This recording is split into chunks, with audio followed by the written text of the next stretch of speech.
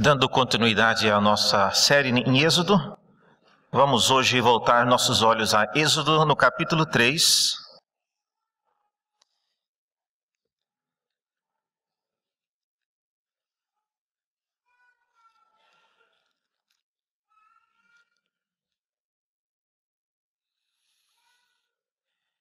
Êxodo capítulo 3.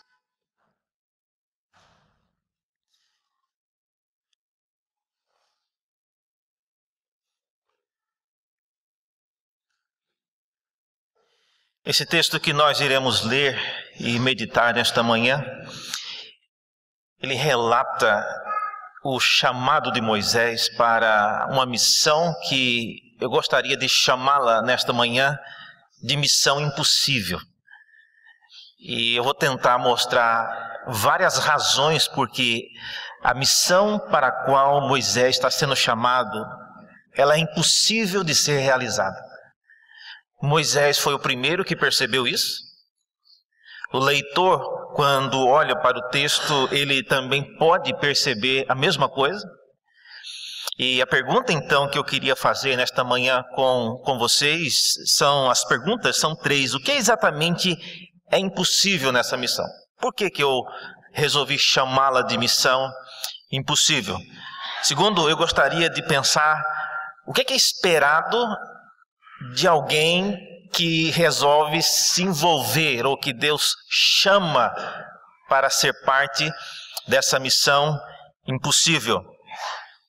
E terceiro, eu também gostaria de tentar responder o motivo, o que é que motivou Deus a embarcar nessa missão impossível, chamando Moisés em favor do seu povo. Vamos ler o texto, vamos orar e aí nós vamos meditar nessas coisas. Êxodo no capítulo 3, nós lemos assim: que apacentava Moisés o rebanho de Jetro, seu sogro, sacerdote de Midian, e levando o rebanho para o lado ocidental do deserto, chegou ao monte de Deus, a Horebe, e apareceu-lhe o anjo do Senhor numa chama de fogo no meio da sarça. Moisés olhou e eis que a sarça ardia no fogo, mas a sarça não se consumia. E então ele disse consigo mesmo: eu irei para lá e verei essa grande maravilha. Por que a sarça não se queima? E vendo o Senhor que ele se voltava para ver, Deus do meio da sarça o chamou e disse: Moisés, Moisés. E ele respondeu: eis-me aqui. E Deus continuou: não te chegues para cá. Tira as sandálias dos pés, porque o lugar em que estás é terra santa. E disse mais: eu sou o Deus de teu pai, o Deus de Abraão, o Deus de Isaque e o Deus de Jacó. E Moisés escondeu o rosto porque temeu olhar para Deus. E disse ainda o Senhor: certamente vi a aflição do meu povo que estás no Egito, eu ouvi o seu clamor por causa dos seus exatores e conheço-lhes o sofrimento. Por isso, desci a fim de livrá-lo da mão dos egípcios e para fazê-lo subir daquela terra a uma terra boa e ampla, terra que mana leite e mel, o lugar do cananeu, do eteu, do amorreu, do ferezeu, do heveu e do jebuseu. Pois o clamor dos filhos de Israel chegou até mim, e também vejo a opressão com que os egípcios os estão oprimindo. Vem agora, e eu te enviarei a Faraó para que tires o meu povo e os filhos de Israel do Egito. Até aqui a palavra do Senhor. Vamos orar? Abre nossos olhos a Deus para enxergarmos na Tua palavra aquilo que nos edifica. Pedimos isso porque não somos capazes por natureza de entendê-la. Precisamos que o Teu Espírito, o mesmo que a inspirou, possa nesta hora nos dar entendimento. Oramos assim em nome de Jesus. Amém. Pois bem, o que há então de impossível nesta missão que Deus está chamando Moisés? Vamos direto ao ponto. Há algumas coisas que, quando nós conhecemos a história tanto do Egito como a história de Israel, nós ficamos perplexos com aquilo que Deus está querendo fazer. E o que Deus quer que Moisés faça, ou está convidando-o para fazer parte, é algo, como eu disse, impossível de ser realizado. Alguns fatores que me convencem e que deveria, pelo menos, deixá-los pensando nisso, de que é uma missão, humanamente falando, impossível. Primeiro, é libertar o povo hebreu das mãos dos egípcios. Essa é a primeira tarefa que era, humanamente falando, impossível. O Egito, nessa época, era a 18ª dinastia, uma das dinastias mais pujantes do Egito. Nesse período, territorialmente, o Egito ia até as margens do rio Eufrates. Politicamente, era uma dinastia muito bem estabelecida. Um dos faraós mais poderosos de toda a história do Egito fez parte da 18ª dinastia. E militarmente, o Egito, naquela ocasião, teve a engenhosidade de inventar os chamados arcos duplos, que eu não tenho a menor ideia de como funcionava, mas eles eram mencionados, e até hoje você encontra relatos desses arcos duplos nas histórias, nos museus ao redor do mundo, de outros povos falando e até lamentando a descoberta dessa ferramenta de batalha que os egípcios criaram e que por causa delas ninguém conseguia vencer o Egito. Então, politicamente, estrategicamente, era uma péssima hora para tentar libertar de dentro do Egito toda a classe trabalhadora. Então, quando Moisés ouve de Deus a ideia de tirar o povo do Egito, ele mesmo, veja só, no capítulo 5, versículo 1, o próprio Moisés, ele reluta em tentar entender e se envolver com aquilo que Deus queria.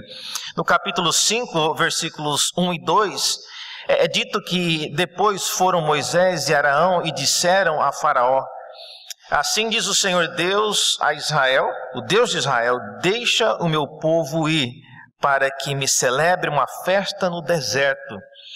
E essa foi a primeira ocasião que Moisés ele teve que trazer o assunto em público, e a ninguém menos que o próprio Faraó. E a resposta de Faraó, eu creio, resume bem esse aspecto impossível do que Deus está querendo realizar. Faraó foi muito claro e objetivo: Moisés, quem é Javé, ou quem é o Senhor para que eu lhe obedeça a voz? Eu não conheço nenhum Javé, e eu também não vou deixar o povo sair do Egito. Ponto final.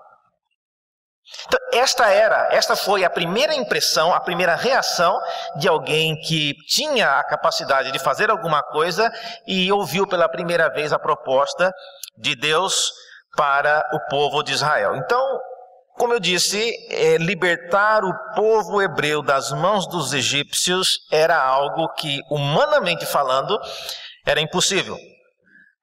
Segunda coisa que também era impossível, diz o texto que Deus queria libertar o povo e trazê-lo para a terra de Canaã.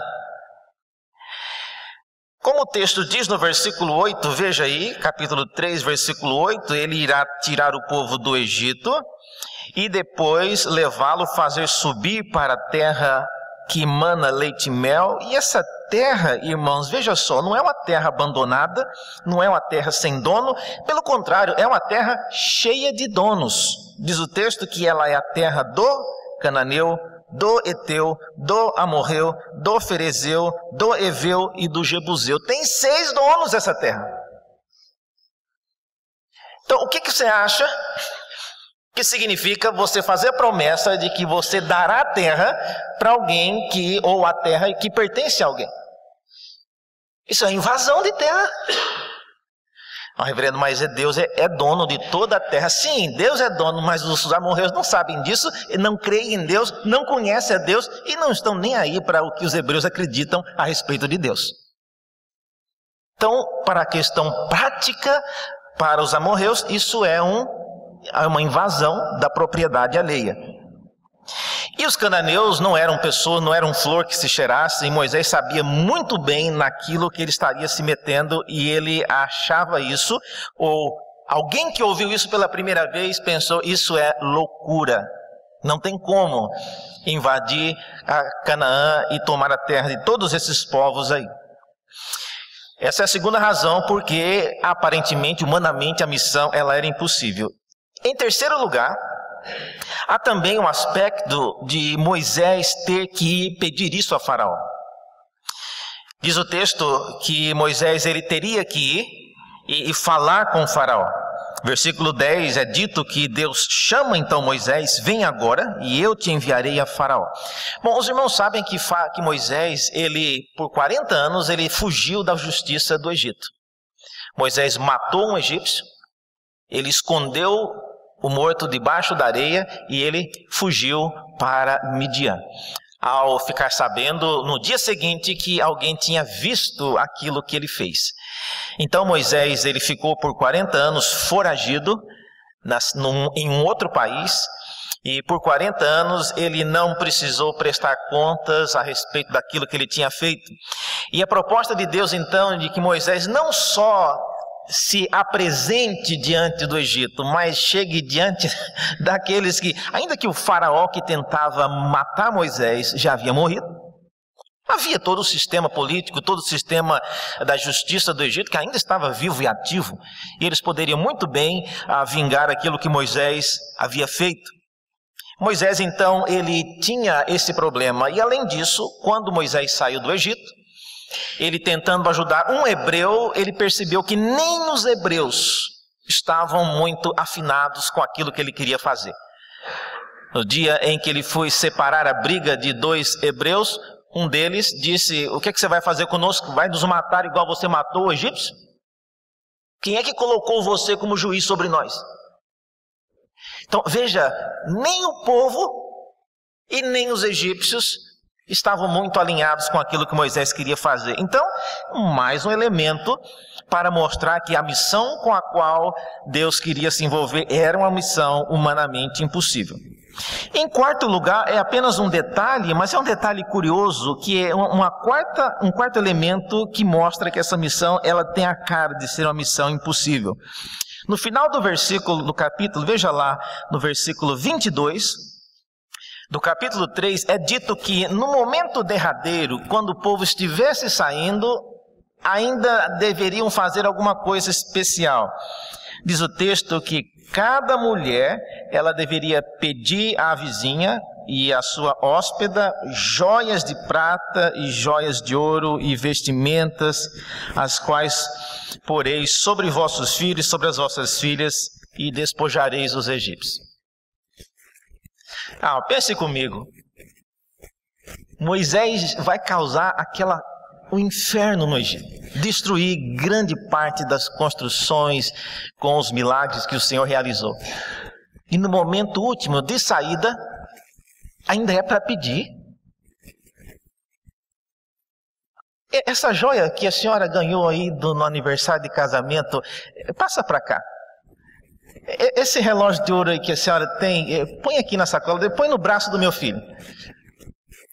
Esse casaco de couro que a senhora comprou lá em Nova York, daqui, vamos botar aqui na roupa da minha filha. O que vocês acham que Moisés... ainda bem, eu acredito que Deus ele conhece bem o ser humano, e ele pediu para que as mulheres fizessem isso, porque se fosse os homens, ninguém ia pedir. Você acha que um homem ia pedir? De jeito nenhum. Mas as mulheres, com certeza, elas tinham mais fé e elas acreditaram nisso e de fato elas fizeram isso. Diz o texto que elas pediam, não era um ouro que estava sobrando assim numa caixa, não, gente, eram joias de prata, joias de ouro e as vestimentas. E isto era um sinal de fé. Mas então um aglomerado de situações fazia dessa situação o que eu chamo de uma missão impossível. Humanamente falando, aquilo que Deus queria fazer era impossível. Agora, quem é a pessoa adequada então para envolver-se com esta missão impossível? Que tipo de gente, que tipo de pessoas Deus gostaria que participasse? É isso que o texto ele começa a descrever e eu queria ler com os irmãos aqui a respeito do relato de Moisés. Eu já falei sobre isso em outras ocasiões, aqui mesmo em Santo Amaro, no chamado de Moisés. Eu tenho algo sobre isso no meu blog, mas eu queria focar hoje aqui em outros aspectos. Quando Deus começa, irmãos, a relatar os detalhes da missão, veja, não parece que Moisés será um braço direito de Deus. Veja comigo a partir do versículo 7. Veja lá no capítulo 3, no versículo 7, Deus, depois de passar o relato da sarça, ele começa a dizer a Moisés o que ele quer fazer. Então diz assim a palavra de Deus: disse ainda o Senhor, certamente eu vi a aflição do meu povo que está no Egito. Moisés deve ter dito ok, muito bem, estava na hora mesmo, porque o povo já está reclamando há muito tempo. E eu ouvi o seu clamor por causa dos seus exatores. Moisés concordou também, ótimo, né? E eles já estão reclamando no meu ouvido aqui também há muito tempo. E Deus disse também: olha, eu conheço o sofrimento do meu povo. Que bom ouvir isso, Senhor. Eu fico feliz, o povo vai gostar de saber que o Senhor está tão envolvido com a causa dele. E o Senhor continua dizendo: por isso eu desci para livrá-lo da mão dos egípcios. Olha só, ele está usando o verbo na primeira pessoa. Eu desci para livrá-lo. Moisés está, nossa, alegria, maravilha, isso vai ser, estou vibrando aqui de saber que essas coisas irão acontecer. Então eu, diz o Senhor, vou livrá-lo da mão dos egípcios, eu vou fazê-lo subir daquela terra para uma terra boa e ampla, né? Tá certo, a terra tem dono, mas o Senhor está falando que vai fazer, quem sou eu para falar que não? Então, já vou até avisar para os amorreus, os ferezeus, os jebuseus, para eles irem arrumando as malas, mas o Senhor vai agir. Versículo 9: pois o clamor dos filhos de Israel chegou até mim, e eu vejo a opressão com que os egípcios estão oprimindo, maravilha. E aí vem o versículo 10: vem agora, e eu te enviarei para tirares o povo. Então observe que nos primeiros versículos não há nenhum indício de que Moisés estaria envolvido nessa tarefa. E a lição que nós aprendemos aqui, irmãos, é que Deus, mesmo não precisando de Moisés, isso que eu queria deixar bem claro, Deus não precisava de Moisés, mas ele quis envolvê-lo naquilo que ele estava fazendo. Da mesma maneira que Deus também não precisa de nós, Ele tem o privilégio, Ele quer nos dar a honra de poder participar daquilo que Ele está fazendo no meio do seu povo. Deus nos chama para cooperarmos na missão que é dele, não porque Ele precisa da nossa ajuda, mas porque Ele quer nos dar novamente o privilégio que nós tivemos desde o início da criação, de sermos homens e mulheres de Deus que dominavam sobre a criação.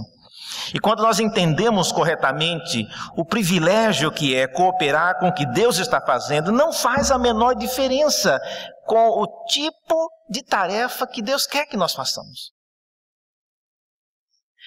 Irmãos, deixa eu dizer uma coisa bem clara aqui, guardem isso.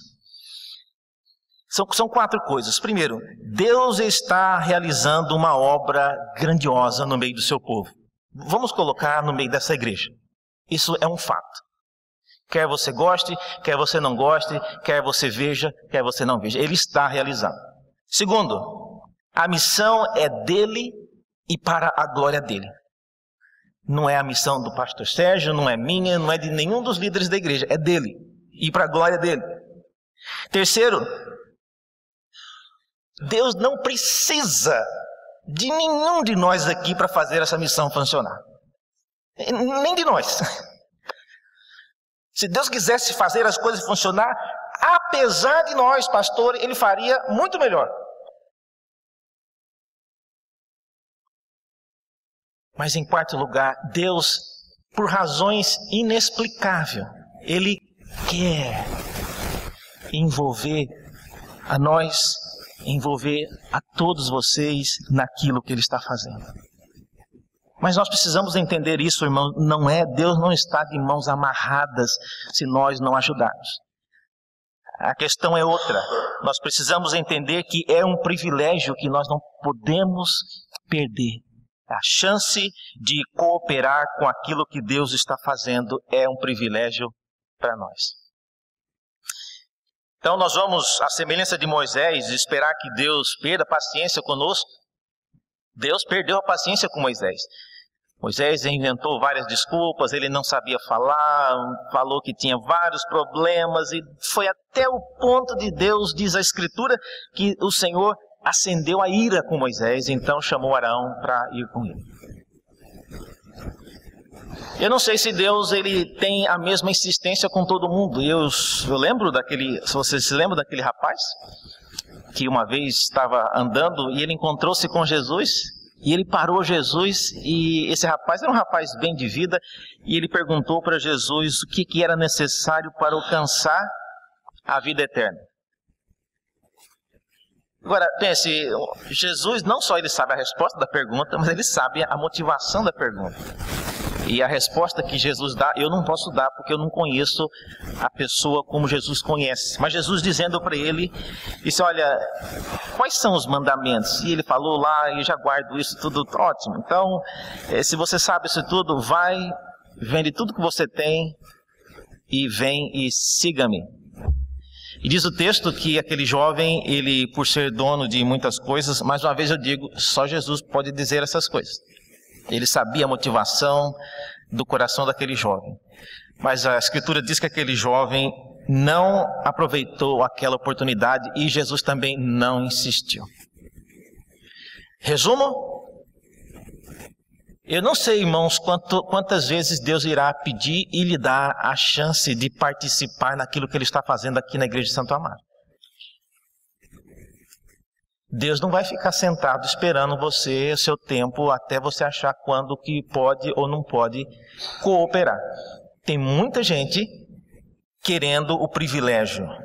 Se nós não aceitarmos a Deus, Ele pode, como fez com esse jovem, seguir adiante e passar para a próxima pessoa.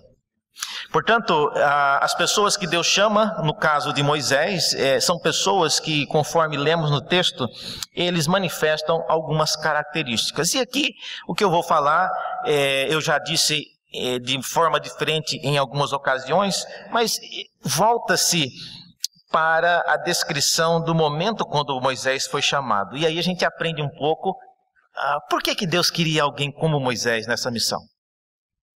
Veja, no capítulo 3, de volta nos primeiros versículos, quando Deus chama Moisés, no versículo 2, Moisés ele vê o Senhor numa chama de fogo que se queimava no deserto.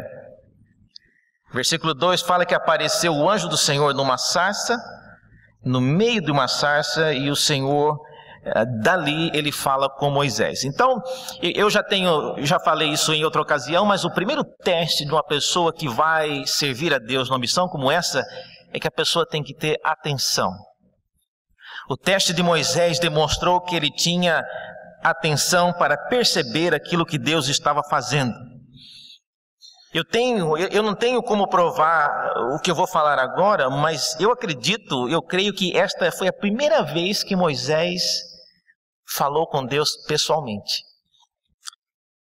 E é uma ocasião importante. E a primeira ação de Deus então foi tentar ver se Moisés era uma pessoa atenta para aquilo que Deus estava fazendo. E como eu já disse, Moisés viu aquela sarça pegando fogo, não era uma coisa diferente do seu cotidiano, era algo que acontecia por causa do deserto, por causa, às vezes, alguma faísca surgia. E o que chamou a atenção de Moisés, diz o texto, não é que a sarça estava pegando fogo. O que chamou a atenção dele, e ele era uma pessoa experiente, 40 anos de deserto, né? O início foi uma beleza. Ele ajudava a cuidar do rebanho de Jetro, mas junto com as filhas, né? Aí é uma maravilha. Agora, o sogro mandou ele para o deserto sozinho, cuidar do rebanho. Já mudou. E ele é uma pessoa experiente. E ele viu, diz o texto, que a sarça, ela pegava fogo, mas as folhas não eram consumidas. Foi isso que chamou a atenção. Para que Deus use você naquilo que Ele está fazendo, você também tem que ser uma pessoa antenada, uma pessoa ligada naquilo que Deus faz. E ligada significa você estar atento nos detalhes. Às vezes, na igreja, tem muita gente fazendo várias coisas, mas o homem e a mulher de Deus, que Deus chama para essa missão, são pessoas que percebem, aquela irmã ali, ela já faz 4 domingos que ela não aparece aqui. Tem alguma coisa acontecendo com ela. Aquele irmão ali, eu nunca vi ele triste, ele tem estado diferente. Aquela irmã, ela tem andado mancando de uma perna, ela é muito jovem para isso. O que aconteceu? Veja, temos que ser pessoas mais atentas àquilo que está acontecendo no meio do povo de Deus. E é isso que Deus testou em Moisés, para ver se estava queimando a chama, mas não estava consumindo a folha. É um detalhe muito pequeno. O que Deus precisa, irmãos, fazer hoje para testar a minha e a sua atenção?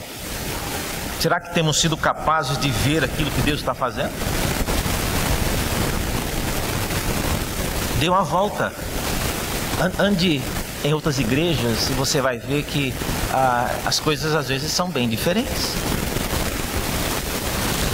Segundo lugar, uma pessoa que Deus usa para esse tipo de missão, ela tem que demonstrar que ela tem uma devoção a Deus. Diz o texto aí, logo quando Deus aparece para Moisés, diz o versículo 4, Moisés, ele tentou aproximar e o Senhor parou, dizendo, Moisés, Moisés, para onde você está, não chegues para cá. No versículo 5, tire a sandália dos seus pés, porque o lugar onde você está é santo. E diz o texto, no final do versículo 6, após Deus ter revelado quem Ele era, eu sou o Deus de Abraão, de Isaac e de Jacó, diz o texto que Moisés, Deus não mandou ele fazer isso, mas ele por si só, ele escondeu o rosto, porque ele temeu olhar para Deus. O teste da devoção aqui é interessante, porque isso requer algo fantástico, porque Moisés precisava ter a atitude correta diante do que estava acontecendo. Vocês devem se lembrar de quando o pai de João Batista, ele ouviu que iria nascer o filho, ele temeu e ele duvidou e ele ficou mudo por causa disso. Atitude errada, errou. Não devia ter sido essa a atitude dele em relação àquilo que Deus havia revelado, o Deus dos céus, fazendo aquele grande pronunciamento, um grande privilégio, e ele simplesmente deixou passar. Moisés, ele tem a atitude correta, ele temeu, ele voltou o rosto. E aqui eu gostaria de marcar rapidamente algo interessante, porque a primeira vez que Deus falou com Moisés, ele virou o rosto, com medo de ver a face de Deus. Algumas décadas depois, Moisés, ele é descrito em Êxodo, no capítulo 33, no versículo 11, como um homem com o qual Deus conversava face a face, como um amigo conversa com um outro amigo.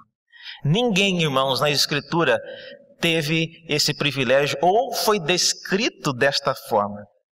Uma pessoa que conversa com Deus face a face. Êxodo 33, versículo 11.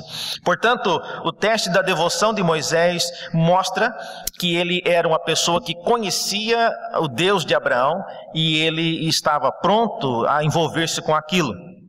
Aqueles que não se envolvem com a missão de Deus precisam estar muito cientes daquilo que Deus está fazendo, e a devoção é algo que nos prepara a sermos pessoas atentas, pessoas prontas para ver e entender aquilo que Deus está fazendo.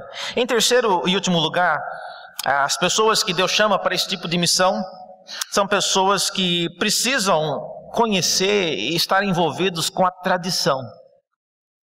Então, primeiro tem que ter atenção, tem que ter devoção, e terceiro, tem que ter tradição. Veja no versículo 6 aí, quando Deus apresenta e fala o nome, Moisés reconhece. Imagina se depois que Deus tivesse apresentado: eu sou o Deus de Abraão, Deus de Isaac e Deus de Jacó.